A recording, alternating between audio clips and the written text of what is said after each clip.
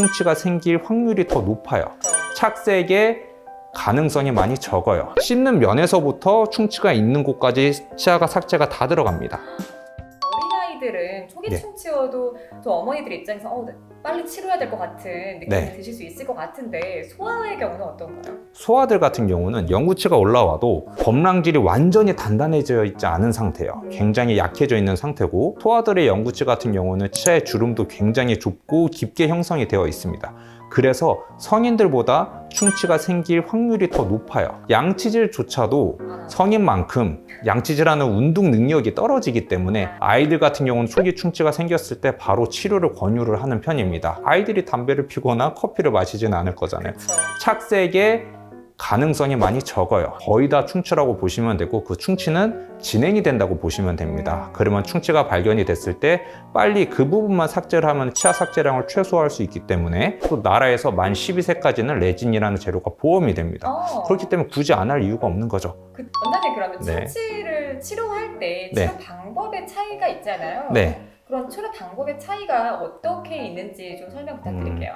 충치의 범위가 어느 정도이냐, 어디에 있느냐 따라서 좀 정해진다고 볼 수 있습니다. 예를 들어서 씹는 면에만 국한되어 있는 충치다 라고 하면은 보통 흔히들 레진 치료로 마무리되는 경우가 많습니다. 씹는 면 쪽에 충치를 제거하고, 제거한 그 부분에 그대로 레진이란 재료로 메꾸면 되는 거예요. 근데 이제 흔히들 아시는 인레이, 이건 언제 들어가느냐?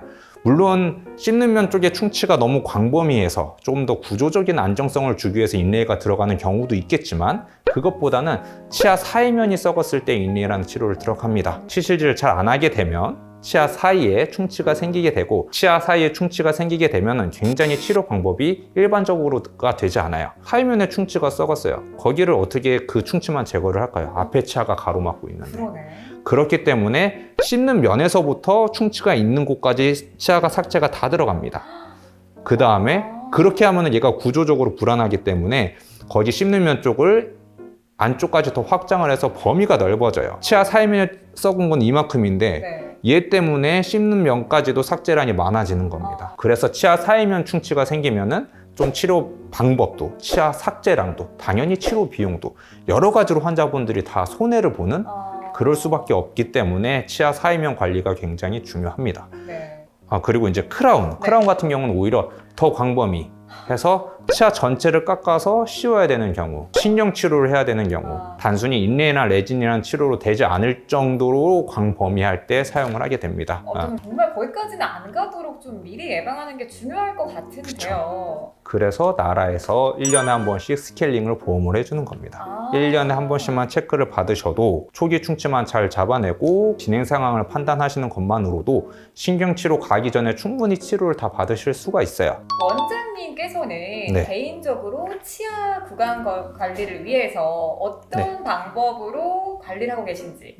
제가 이제 설명하는 것과 저는 다 비슷하게 합니다. 양치질 3번 하고요. 양치질 끝날 때마다 치실질을 합니다. 3번 다요? 아침에는 안 하고요. 괜찮아요? 아침을 안 먹어서. 아침을 안 먹어서 아침에 양치질만, 저녁 때 완벽하게 했을 거라는 스스로의 확신을 가지고 아침에는 양치질만 하는데, 점심에 밥을 먹고 저녁 때 밥을 먹고 나서는 항상 양치질하고 치실질로 마무리를 합니다. 충치에 대한 이야기 너무 감사드립니다. 네, 감사합니다. 감사합니다.